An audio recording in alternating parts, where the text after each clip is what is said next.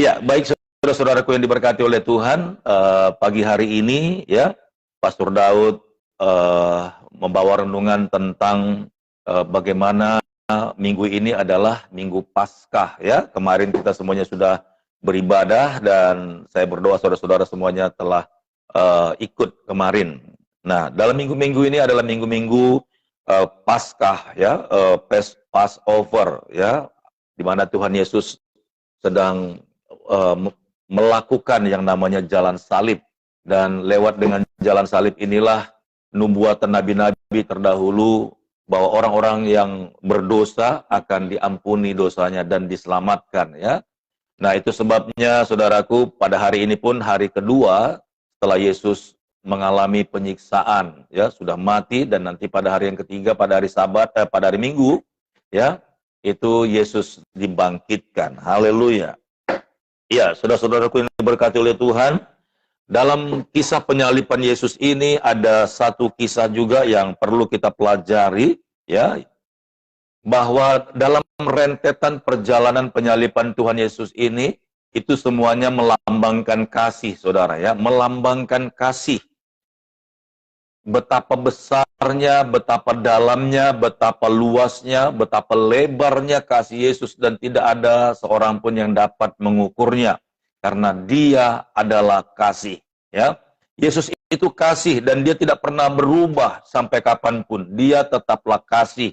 Dia mengasihi kita orang-orang yang berdosa. Dia mengampuni dan Dia rela ya, khususnya Bapa di surga memberikan anaknya yang tunggal dan rela disalibkan, mati, dikuburkan, dan bangkit pada hari yang ketiga. Itu semuanya tujuannya adalah untuk mengampuni dan menyelamatkan kita dari segala dosa-dosa kita.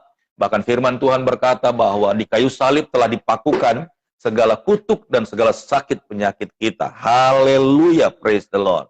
Nah, saudara yang diberkati oleh Tuhan, dalam rangkaian perjalanan penyaliban Tuhan Yesus, ya, kita tahu bahwa banyak sekali yang terjadi. Dari Yesus diolok-olokkan, dari Yesus dihina, difitnah, bahkan Yesus disandingkan dengan penjahat kelas kakap yang namanya Barabas. Nanti kita bahas, saudaraku. Bahkan dia sampai dicambuk, dipukul, bahkan sampai disalibkan. Nah, saya mau katakan begini, saudara, tidak ada satu potong kisah pun dalam perjalanan penyaliban Yesus ini yang sia-sia. Sekali lagi, ya, sekali lagi, tidak ada satu potong cerita atau kisah daripada perjalanan penyaliban Yesus ini yang percuma atau sia-sia. Bahkan saya ketika merenungkan kisah ini, saudara, saya berdoa kepada Tuhan, kepada Roh Kudus. Roh Kudus memberikan kepada saya penglihatan bagaimana kuasa darah Yesus itu begitu dahsyatnya, saudara. Dan Alkitab tidak mencatatnya, tetapi Roh Kudus yang melihat dan menyaksikan, bahkan dia juga ada di dalam Yesus. Saudaraku yang diberkati oleh Tuhan, Roh Kudus ini menceritakan ada potongan-potongan yang tidak tercatat dalam Alkitab, saudara, dan itu diberitahukan kepada saya. Salah satunya, saudaraku, bahwa ketika Yesus berjalan ya, memikul salib itu sampai ke Golgota, itu Yesus itu sebenarnya sudah terluka ya, sudah terluka dan sudah bercucuran darah, bahkan ada keringat. Nah, itu yang pasti semua darah Yesus yang tercecer di jalan-jalan itu, saudara, bahkan yang sudah diinjak-injak orang sampai dia di Bukit Golgota dipakukan, saudaraku. Dengar baik-baik, itu tidak ada yang terbuang percuma. Karena apa? Dan ketika saya dikasih tunjuk sama Roh Kudus itu, saudara, bahwa ketika Tuhan Yesus disalibkan dan mati, itu sempat hujan sebentar sebenarnya. Hujan sebentar, itu untuk apa? Untuk membasuh semua darah-darah yang ada berceceran itu. Dan keajaiban banyak terjadi sebenarnya. Jadi orang-orang yang sakit, orang-orang yang lumpuh, orang-orang yang cacat, ada di pinggir jalan itu karena di tengah keramaian. Ketika kena, saudaraku, yang namanya air, tetesan hujan bercampur darah itu, mereka disembuhkan, saudara. Sayang memang itu tidak ditulis di dalam Alkitab. Tapi Roh Kudus katakan kepada saya, setiap apapun berkas, bercak, ataupun jejak kaki Tuhan Yesus itu, semuanya itu punya arti. Semuanya itu membawa yang namanya kisah. Bagaimana kasih Tuhan itu begitu besarnya, saudaraku. Haleluya, praise the Lord. Nah, saya sampai tidak bisa habis pikir, ternyata darah Yesus itu yang berceceran di mana-mana itu sangat berkuasa, saudaraku. Bukan hanya untuk menebus dosa manusia, tetapi bagi setiap orang-orang yang saat itu terkena dengan darah itu mereka mengalami yang namanya kesukaan, mengalami kesembuhan, mengalami keajaiban, mengalami mujizat, saudara. Nah, itu berbicara tentang darah Yesus. Itu berbicara tentang darah Yesus. Ada lagi di kisah lain bahwa sebelum Yesus disalibkan, sebelum Yesus membawa kayu salib itu, Yesus diperhadapkan dengan yang namanya penjahat kelas kakap yang bernama Yesus Barabas, saudaraku. Barabas ini artinya anak bapa. Yesus anak bapa. Jadi ini orang, saya tidak tahu apakah ini nama sebutan atau memang nama aslinya, tapi kita lebih umum menyebutnya Barabas. Dia adalah penjahat politik, saudara. Dia dalam sejarahnya, dalam kisahnya, saya melihat bahwa Barabas ini adalah dipenjara seorang narapidana karena dia membela orang-orang kecil dan melawan pemerintahan Roma, ya, melawan pemerintahan orang-orang Yahudi. Makanya dia ditahan dan dia banyak sekali membunuh orang-orang yang dia anggap sangat tidak toleran, sangat tidak berpengertian dengan rakyat kecil. Sementara si Barabas ini adalah orang-orang yang membela orang-orang kecil, dan akhirnya pemerintah menahan dia karena dia penjahat politik, dianggap penjahat politik. Nah, saudara, ini berkati oleh Tuhan, ya, ketika Barabas ini bersinggungan dengan Tuhan Yesus, haleluya. Nah, sebelum penyalipan terjadi, karena di penyalipan inilah penebusan dosa, pengampunan dosa bagi setiap orang yang percaya. Ketika darah Yesus tercurah, saudaraku, disitulah pembayaran lunas setiap kutuk-kutuk dosa yang telah kita lakukan itu, saudaraku. Dan kita ditebus dari dosa itu. Nah, yang menjadi satu kehebatan daripada Tuhan Yesus ini, saudaraku, dalam peristiwa ketika Yesus diperhadapkan dengan Barabas oleh seorang pemimpin negeri tempat itu, saudaraku, ternyata Yesus telah membebaskan, telah menggantikan seorang penjahat yang tadinya dia harus dihukum mati, yang tadinya dia harus mengalami yang namanya penyiksaan terakhir, saudara. Itu karena Yesus dia dibebaskan. Jadi keselamatan, penyelamatan yang pertama yang Yesus lakukan adalah terhadap bandit kelas kakap ini, terhadap penjahat kelas kakap ini yang bernama Barabas, saudaraku. Nah, kita coba baca dari Matius pasal 27, haleluya. Matius pasal yang ke-27,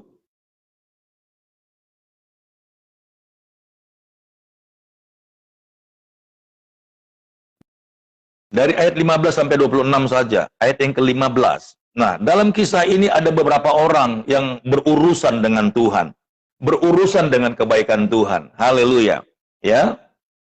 Matius pasal 27 ayat 15 sampai 26. Demikian firman Tuhan, saudara. Telah menjadi kebiasaan bagi wali negeri untuk membebaskan satu orang hukuman pada tiap-tiap hari raya, itu atas pilihan orang banyak. Ya. Dan pada waktu itu ada dalam penjara seorang yang terkenal kejahatannya yang bernama Yesus Barabas. Karena mereka sudah berkumpul di sana, Pilatus berkata kepada mereka, "Siapakah yang kamu kehendaki kubebaskan bagimu, Yesus Barabas atau Yesus yang disebut Kristus?" Ia memang mengetahui bahwa mereka telah menyerahkan Yesus karena dengki. Ketika Pilatus sedang duduk di kursi pengadilan, istrinya, perhatikan saudaraku, istrinya mengirim pesan kepadanya, "Jangan engkau mencampuri perkara orang benar itu, sebab karena dia aku sangat menderita dalam mimpi tadi malam." Saudaraku yang diberkati oleh Tuhan, haleluya. Kenapa istri pejabat ini, saudaraku, sampai merasakan seperti itu? Saya pastikan sebenarnya istri daripada Pilatus ini, saudaraku, memikirkan kenapa Yesus yang baik itu, karena jelas bahwa Yesus itu viral, ya. Yesus itu viral, dia terkenal karena baiknya, dia terkenal karena kasihnya. Banyak orang tidak bisa makan, dia kasih makan. Banyak orang-orang yang kehilangan, yang tadinya anaknya mati, sakit, dibebaskan, disembuhkan, dibangkitkan sama Yesus. Orang-orang tuli, orang-orang kusta yang tadinya sudah tertolak dan tidak bisa didekati orang banyak, tapi karena Yesus, orang kusta itu sembuh, orang buta itu dapat melihat, dan akhirnya banyak orang-orang mengucap syukur kepada Yesus dan dekat dengan Tuhan Yesus. Jadi istri Pilatus ini, saudara, haleluya, mengetahui riwayat Yesus itu sebenarnya adalah baik. Yesus ini orang baik, dia tidak pernah berbuat jahat. Nah, ketika istri Pilatus ini mengingat tentang Yesus, cuman hanya merenungkan dengan Yesus, saudara lihat, Yesus langsung bekerja di dalam rohnya, sampai istri Pilatus ini tidak bisa tidur semalam-malaman karena dia mengalami satu pengalaman rohani yang membuat dia sangat takut, saudaraku. Haleluya, haleluya. Ya, dikatakan begini,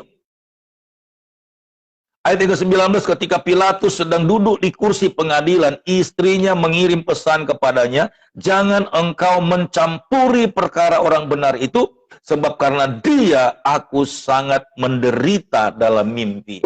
Haleluya, praise the Lord.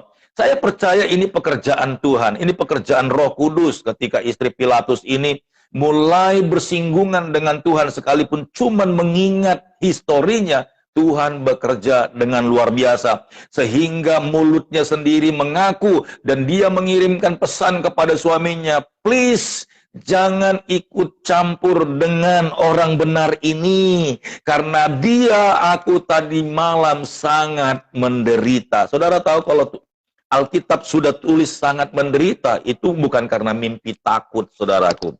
Tetapi ada pertanyaan yang harus dijawab iya atau tidak. Haleluya. Percaya Tuhan Yesus atau tidak? Barangkali menurut saya, kalau Alkitab sudah dikatakan sangat menderita dalam mimpi itu, saya percaya istri Pilatus ini sedang berhadap-hadapan dengan yang namanya maut, saudaraku. Haleluya.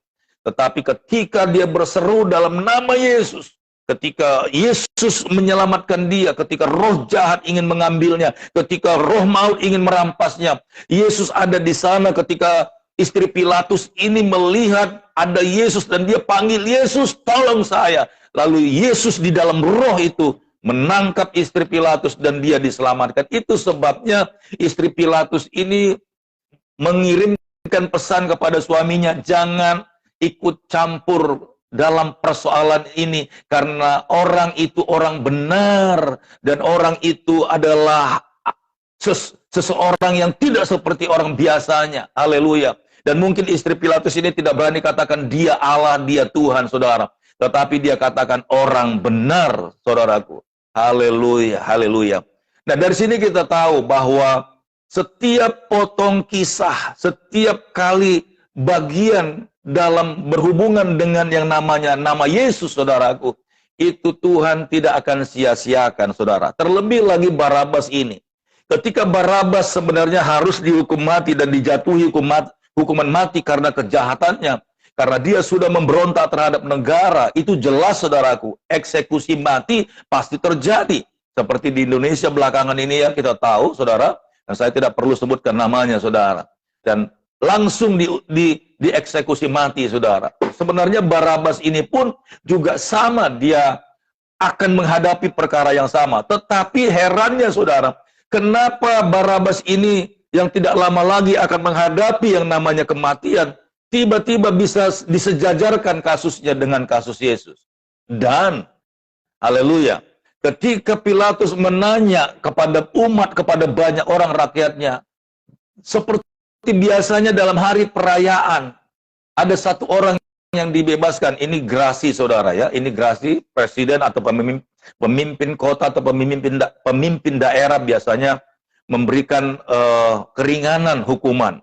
Nah, ini langsung dikatakan ada yang dibebaskan. Saudara coba bayangkan, saudaraku, ya, seorang penjahat kelas kakap yang harusnya dihukum mati. Tapi karena ada Yesus di sana, Yesus bukan penjahat, dia nggak pantas mati. Yesus itu bukan perampok, Yesus bukan pembunuh, tapi dia orang yang membangkitkan orang yang mati. Kalau pembunuh itu melepaskan nyawa orang sehingga mati, tapi Yesus tidak. Nyawa yang terlepas dia panggil dan orang yang mati jadi hidup kembali. Gak ada alasan untuk menyalib Yesus, saudaraku. Tetapi karena ada Yesus di situ, Barabas jadi dibebaskan. Haleluya. Sampai saya percaya, saudara, Barabas itu pasti berpikir ribuan kali.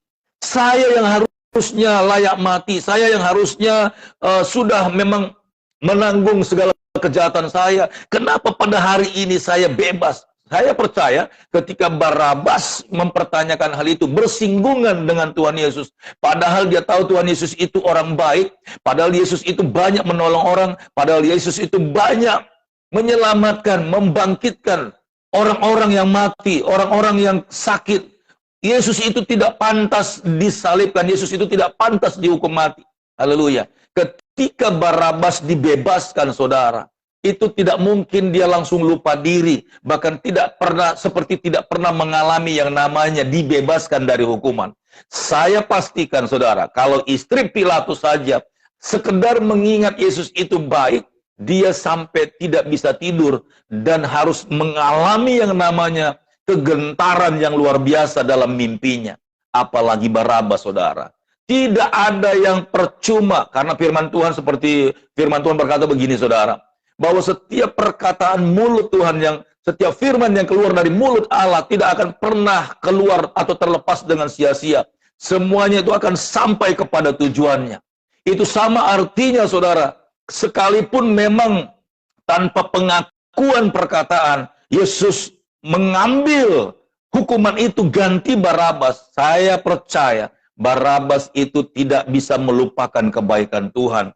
Saya percaya ketika dia keluar dari penjara, itu Roh Kudus akan kejar dia dan akan ingatkan dia betapa besar kasih Yesus itu, seperti Yohanes 3:16. Karena begitu besar kasih Allah akan dunia ini, sehingga ia mengaruniakan anaknya yang tunggal, supaya setiap orang yang percaya kepadanya tidak binasa, melainkan beroleh hidup yang kekal. Saya percaya, sayangnya Alkitab tidak mencatat sampai di mana perjalanan si Barabas ini, saudara. Saya percaya Tuhan berperkara di dalam hidupnya. Seperti yang di awal saya katakan tadi. Darah yang menetes dari tubuh Yesus aja yang ada, yang menetes di jalan-jalan itu tidak Bapa biarkan terbuang percuma. Itu sebabnya hujan diturunkan, kemudian darah yang berceceran itu terbilas, dan setiap orang-orang yang sakit kena darah itu, dia pasti akan disembuhkan. Begitu hebatnya kuasa ilahi yang ada di dalam kehidupan Yesus, karena dialah Allah, saudaraku. Saya percaya Barabas itu diberkati sama Tuhan. Saya percaya Barabas itu, kalaupun ujungnya dia mati, saya percaya dia bertobat, saudaraku. Haleluya. Nah, tidak ada bedanya sebenarnya dengan Yudas. Yudas adalah murid Tuhan Yesus, bersinggungan juga dengan pribadi Yesus dalam penyaliban ini. Yudas, ya, karena dia Yesus disalibkan, dia menjual Yesus dengan 30 keping perak, saudaraku. Dia menjual Yesus, dia mengkhianati Yesus dengan 30 keping perak. Dan ketika dia tahu gara-gara pekerjaannya, gara-gara ulahnya, Yesus akhirnya ditangkap dan dia akan disalibkan. Dan Yudas baru sadar bahwa kenapa saya terlalu bodoh, kenapa saya begitu jahat dengan guruku, kenapa saya melakukan pengkhianatan ini dengan orang yang baik seperti Yesus. Yudas menyesal, saudaraku. Dia menyesal, kenapa saya harus lakukan ini. Saudaraku, ini diberkati oleh Tuhan. Karena kebodohan Yudas ini dia menyesal, ternyata karena perbuatannya itu, karena iblis merasuki pikirannya, masuk di kepalanya, dan dia mengkhianati gurunya, dia mengkhianati anak Allah, dia mengkhianati orang yang dia sanjung selama ini, saudaraku. Akhirnya Yudas stres dan depresi. Dia pergi ke bait Allah, dia buang itu uang 30 keping perak, saudaraku. Dan imam-imam melihat itu, dan imam-imam pun tidak lagi menganggap uang itu uang yang halal, saudaraku. Itu uang darah, uang yang dipakai untuk menjual manusia, saudaraku. Uang itu tidak pantas masuk di dalam bait Allah, sehingga uang itu dibelikan sebidang tanah yang namanya Hakaldama, tanah darah, saudaraku. Nah, pertanyaan saya, karena begitu besar kasih Allah ini, sekalipun Yudas telah menjual Yesus dengan uang bahkan dengan 30 keping perak, pertanyaan simpel, saudara.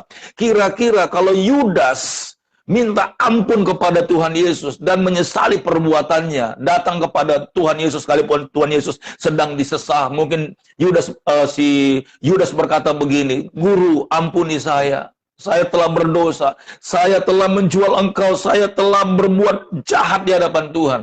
Saya percaya kalau Yudas waktu itu sempat minta ampun dan datang kepada Tuhan Yesus pasti tetap akan mengampuni dia, karena Yesus itulah kasih. Dia tidak pernah berubah sifat, dia tidak pernah berubah bentuk, saudaraku. Dialah kasih, saudaraku.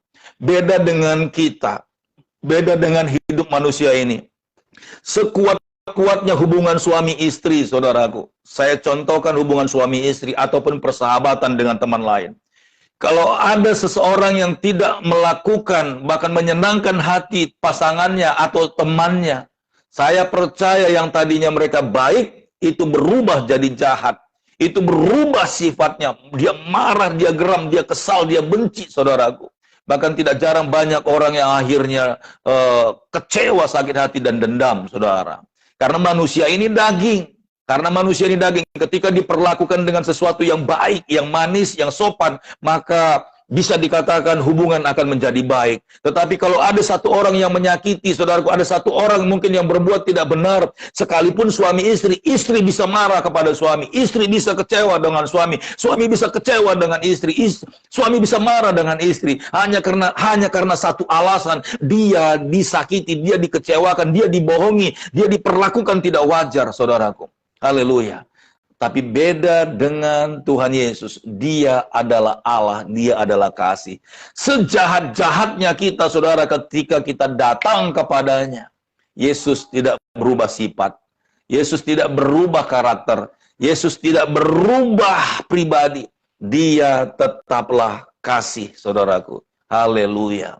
Nah, Yudas sayangnya ketika dia menyadari, saudara, kebodohannya, dia pergi ke sebuah tanah kosong dan dia menggantungkan diri di sana, dia menyesali hidupnya, dan Alkitab mencatat sampai isi perutnya itu tumpah keluar semuanya. Saya pastikan Yudas pasti masuk neraka. Haleluya. Beda dengan si Barabas ini, saudaraku. Dia diberi kesempatan. Saya percaya Tuhan tidak pernah menyia-nyiakan pengorbanan Yesus itu untuk menggantikan dia dari kematian, saudaraku. Tuhan bekerja.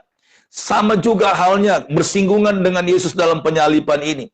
Tentara Roma yang menyiksa Yesus, bahkan yang ikut menyalibkan Yesus di kayu salib. Ketika Yesus akan menghembuskan napas terakhirnya, dan dia berkata, "Eli, Eli, lama sabatani."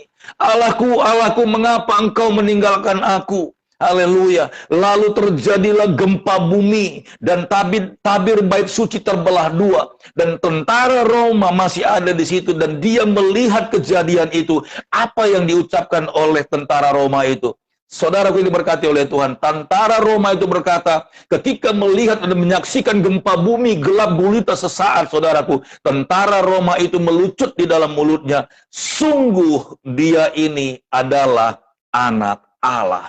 Saudaraku ini berkati oleh Tuhan, saya percaya sekalipun tentara Roma itu telah melukai, menyiksa, menyesah, bahkan bisa dikatakan membunuh, menyalibkan Yesus, saudaraku. Tetapi perhatikan yang di kalimatnya itu, di mulutnya keluar. "Sungguh benar-benar dia ini anak Allah." Saudara yang diberkati oleh Tuhan, saya percaya ketika dia mengaku Yesus itu adalah Allah, itu bukan dia, tetapi Roh Kudus yang bekerja di dalam dirinya. Saya percaya Yesus juga berurusan dengan dia. Saya yakin setelah Yesus mati disalibkan, tentara Roma ini pasti bertobat, saudaraku. Sayang hikayatnya tidak ditulis di Alkitab. Sayang biografinya, cerita berikutnya tidak dicatat di dalam Alkitab. Tetapi dari bukti yang dia katakan itu, saudara, sungguh benar dia ini adalah anak Allah. Ketika tentara Romawi ini melihat keajaiban Tuhan, melihat keagungan Tuhan, Saya percaya dia tidak bisa kemana-mana. Dia pasti akan mengalami lawatan Tuhan. Sama juga halnya dengan penjahat dua yang di kayu salib, berurusan dengan Tuhan Yesus, saudaraku. Yang satu berkata, katanya engkau Mesias. Penjahat yang di sebelahnya lagi, ya, berkata, katanya engkau Mesias. Kok kamu tidak bisa melepaskan dirimu dari salib itu? Turun dong, buktikan bahwa engkau ini adalah anak Allah. Lalu yang di sebelahnya lagi berkata, saudaraku, hei, engkau diam mulutmu. Kalau engkau pantas disalib karena engkau ini adalah penjahat. Tetapi dia ini bukan penjahat. Saya tahu dia ini orang baik. Tidak ada perbuatan yang jahat di dalam hidupnya yang dia lakukan. Banyak orang-orang yang sakit dia sembuhkan. Banyak orang-orang yang ditolong. Bahkan orang mati, janda-janda diberkati. Anak-anak mereka yang mati disembuhkan, dibangkitkan. Yang di sebelah kita ini bukan penjahat. Kamu tahu tidak? Haleluya. Ketika mendengar itu, saudara, Yesus yang adalah kasih itu bekerja dan dia berperkara, saudara. Lalu penjahat yang tadi bilang itu yang terakhir katakan begini, Yesus, kelak jikalau engkau datang jadi raja, ingat aku ya. Saudara lihat apa yang Yesus jawab kepada orang ini. Yesus berkata, pada hari ini pun, karena memang pasti hari itu mereka semuanya akan mati. Karena di salib itu tidak ada yang bisa bertahan lama, saudara. Darah bercucuran terus, haus dan tidak ada yang dikasih minum. Seharian itu pasti mati, saudaraku. Haleluya. Lalu Yesus berkata kepada orang yang penjahat yang di sebelahnya yang berkata baik ini, saudaraku. Pada hari ini juga, engkau akan bersama-sama dengan aku di Firdaus. Haleluya. Tuhan tidak mengingat semua kejahatan yang mereka buat, tetapi ketika meresponi, ya, ketika orang mulai merenungkan, ketika orang mulai berhubungan, bersinggungan dengan Yesus, Yesus punya rencana yang besar, saudaraku. Haleluya.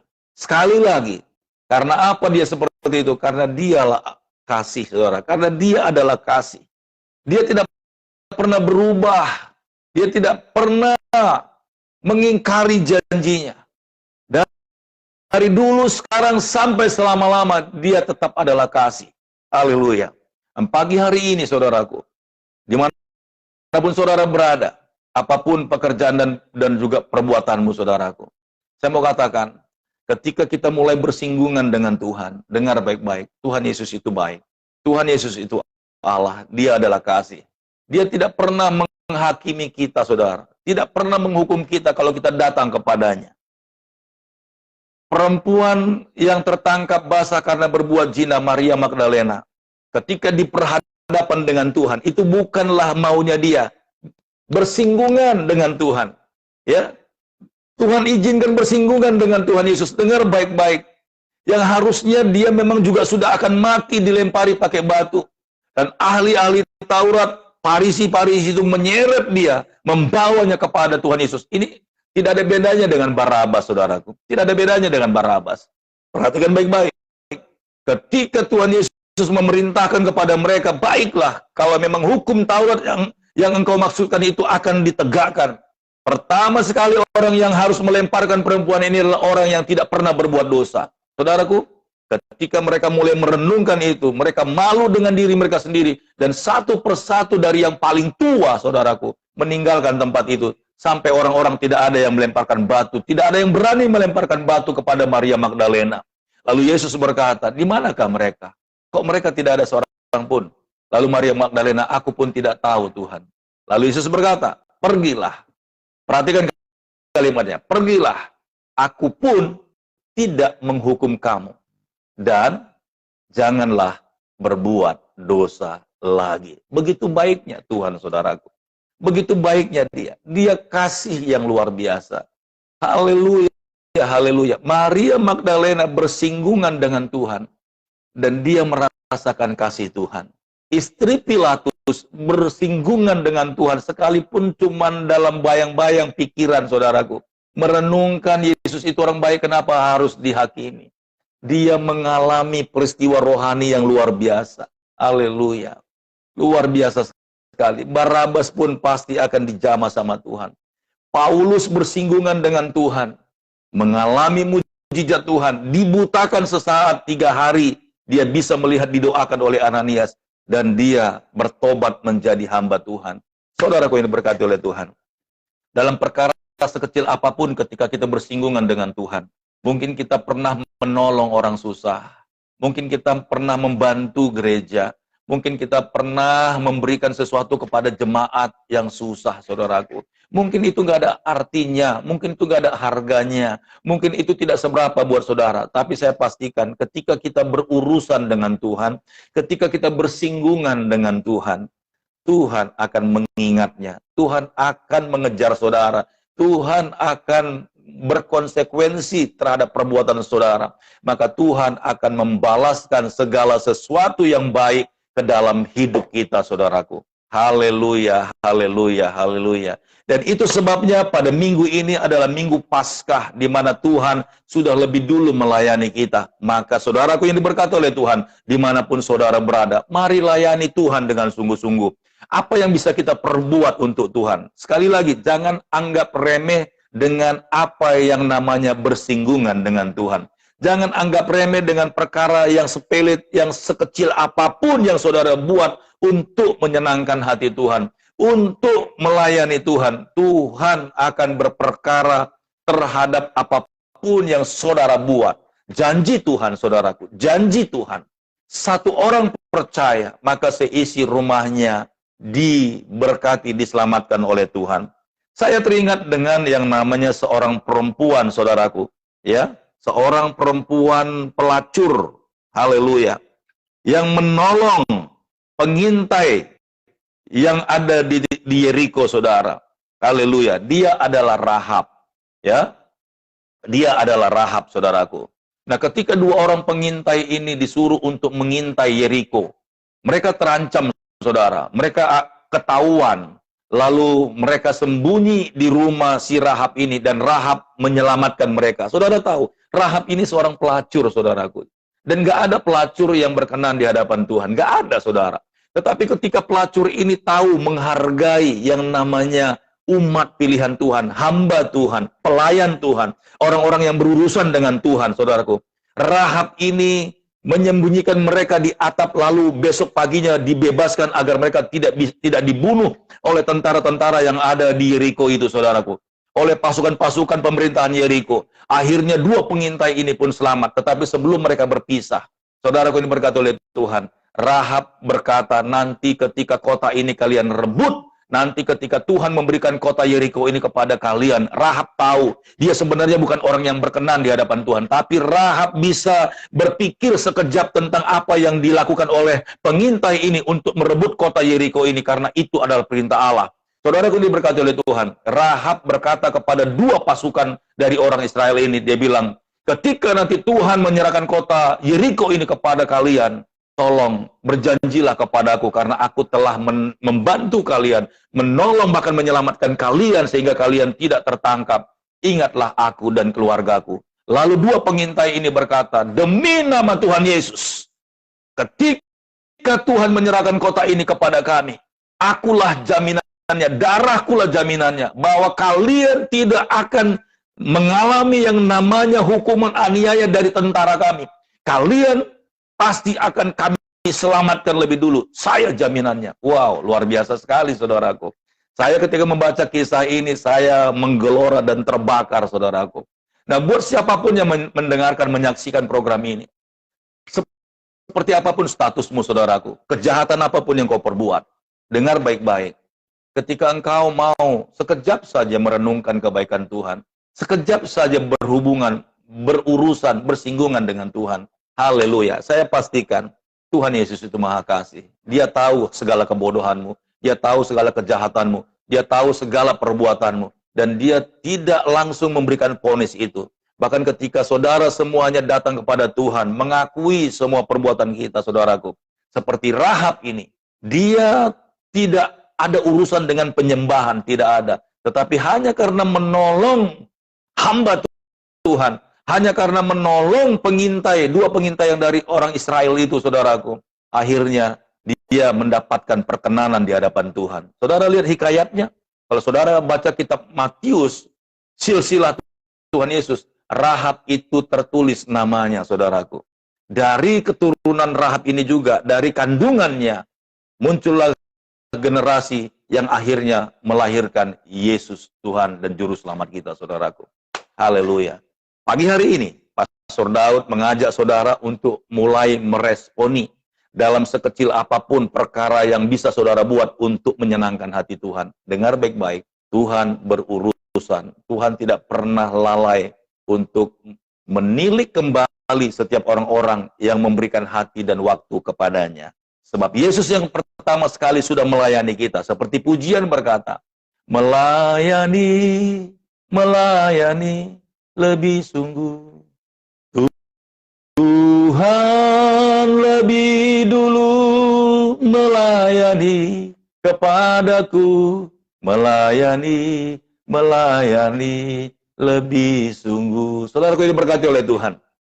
Tuhan Yesus sudah melakukan lebih dulu bagi kita. Nah sekarang tinggal giliran kita, saudara. Kalau Yesus sudah mati, disalibkan, bahkan mengalami penderitaan untuk menyelamatkan kita, bagaimana tidak kita harus melakukan seperti apa yang Tuhan kerjakan. Haleluya. Sampai di sini renungan firman Tuhan pagi hari ini. Kiranya lewat perjalanan salib yang Yesus hadapi, saudaraku, ada banyak orang-orang yang mengalami mujizat, mengalami yang namanya kebaikan Tuhan. Sekali lagi, Yesus kasih dan tetap kasih sampai selama-lamanya dia kasih. Dia adalah kasih dan tidak pernah berubah. Haleluya. Puji Tuhan, saudaraku. Baik, saudara-saudaraku yang diberkati oleh Tuhan, terima kasih banyak buat kesediaan dan waktu saudara ya. Ada Nelson Simanjuntak, katakan amin. Shalom Pastor dari Rafael, selamat pagi. Saya dari Rokan Hilir, Riau. Mohon tumpangan doa ya. Tuhan Yesus memberkati, menyembuhkan. Haleluya. Ya, ya. Terima kasih buat saudara-saudara semuanya yang sudah ikut live pagi hari ini ya. Tuhan Yesus memberkati saudara dan kiranya kebenaran firman Tuhan yang telah dibagikan boleh menjadi rema bagi kita semuanya. Haleluya, haleluya, praise the Lord. Praise the Lord, haleluya.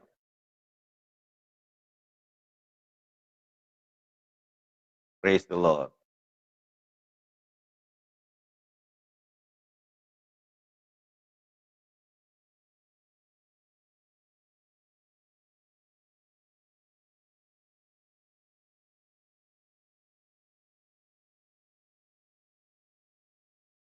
Ya, baik saudara-saudara yang berkati oleh Tuhan, Pastor Daud akan akhiri ibadah renungan pagi hari ini. Ya, semuanya untuk hormat pujian kemuliaan bagi nama Tuhan. Sebelum Pastor Daud akhiri, izinkan Pastor Daud berdoa dan memberkati saudara. Haleluya. Bapa, di dalam nama Tuhan Yesus pagi hari ini, hamba telah selesai bertugas Tuhan dalam renungan pagi. Terima kasih Bapa, dan kami boleh belajar mengingat kembali kebaikan Tuhan, bagaimana dalam penyalipan-Mu, Tuhan, Engkau selamat. Orang yang pertama sekali yang harus dihukum mati adalah Barabas, namun Engkau berkenan menggantikan dia, Tuhan. Terima kasih buat kebaikan-Mu, dan aku percaya setiap orang-orang yang bersinggungan, berurusan dengan Tuhan, Tuhan punya perkara dan rencana yang luar biasa bagi mereka. Termasuk juga Tuhan, istri Pilatus yang mengalami mimpi yang begitu menakutkan bagi dia, dan dia sangat gentar karena mengingat berurusan bersinggungan dengan Engkau, karena Engkau sangat baik, kenapa Engkau harus dihukum, Tuhan. Aku percaya istri Pilatus pun sedang mengalami zaman Tuhan ketika itu. Begitu juga tentara-tentara Herodes dan orang-orang yang sakit di pinggir jalan. Ketika darah Yesus yang dicurahkan itu berceceran dan hujan pun turun. Setiap orang yang sakit mengenai darah itu, mereka pasti akan disembuhkan. Aku percaya sebab Engkau adalah keajaiban. Engkau adalah mujizat dan Engkau adalah kasih. Terima kasih Bapa yang baik. Pagi hari ini hamba boleh selesai berbicara, namun Tuhan Yesus yang menyempurnakan dan meneruskan. Di dalam nama-Mu yang kudus, hamba mengucap syukur buat segala kebaikan-Mu ya Bapa. Haleluya. Engkau memberkati saudara-saudaraku yang sedang sakit. Rafael yang minta didoakan, aku berdoa Bapa. Aliran kesembuhan menjamah dan memulihkannya. Apapun yang mengikatnya dalam tubuhnya yang menjadikan dia sakit, matanya, telinganya Tuhan, organ-organ tubuhnya, in Jesus name. Jadilah sembuh in Jesus name. Haleluya, haleluya. Semua saudara-saudaraku yang ikut live pagi hari ini, berkati mereka, jamah mereka Tuhan. Biarlah keajaiban-Mu dalam perjalanan penyalipan Tuhan turun bagi kami semuanya. Kami sudah diampuni dosa-dosanya, kami telah ditebus, kami telah disembuhkan, bahkan kutuk-kutuk kami telah dicabut di dalam nama Tuhan Yesus. Terima kasih Bapak yang baik. Hamba mengucap syukur Bapak buat pagi hari ini. Segala hormat, pujian, kemuliaan bagi nama Tuhan. Haleluya, haleluya. Amin. Baik saudara-saudara yang diberkati oleh Tuhan. Terima kasih banyak dan sebelum Pastor Daud akhiri ya bagi saudara yang tidak keberatan untuk men-share video ini, silakan share saudara di media sosial saudara, karena banyak orang harus mengerti, memahami, mengetahui bagaimana kasih itu, bagaimana Yesus itu Allah yang luar biasa, ya, penuh dengan kebaikan. Dan siapapun kita yang mendengarkan firman Tuhan pagi hari ini, pasti mereka akan dipuaskan, dilegakan. Bantu dan dukung Pastor Daud, saudara, agar pengajaran ini boleh sampai ke telinga orang-orang yang membutuhkan keselamatan, ke telinga orang-orang yang sedang terhakimi, ke telinga orang-orang yang sedang ada di dalam penjara, ke telinga orang-orang yang sedang ada di rumah sakit yang sakit, ke telinga orang-orang yang sedang putus asa, bahkan berencana sedang akan masuk dan mungkin bunuh diri, saudara. Ketika mereka mendengarkan firman Tuhan ini, mereka bersinggungan dengan Tuhan. Tuhan akan berurusan dengan dia. Mari bantu saudara, share. Sebab dengan saudara men-share video ini, saudara telah ikut melayani bersama-sama dengan Pastor Daud. Tuhan Yesus memberkati. Puji Tuhan, saudaraku. Kita berpisah, sampai jumpa di hari berikutnya. Mungkin besok tidak bisa live karena hari Minggu ya teman-teman ya. Kemarin Jumat Agung, makanya kemarin tidak live. Ya, mungkin Senin kita berjumpa kembali. Sampai ketemu jam 7.30. Tuhan Yesus memberkati. Shalom. Pastor Daud, tutup ya.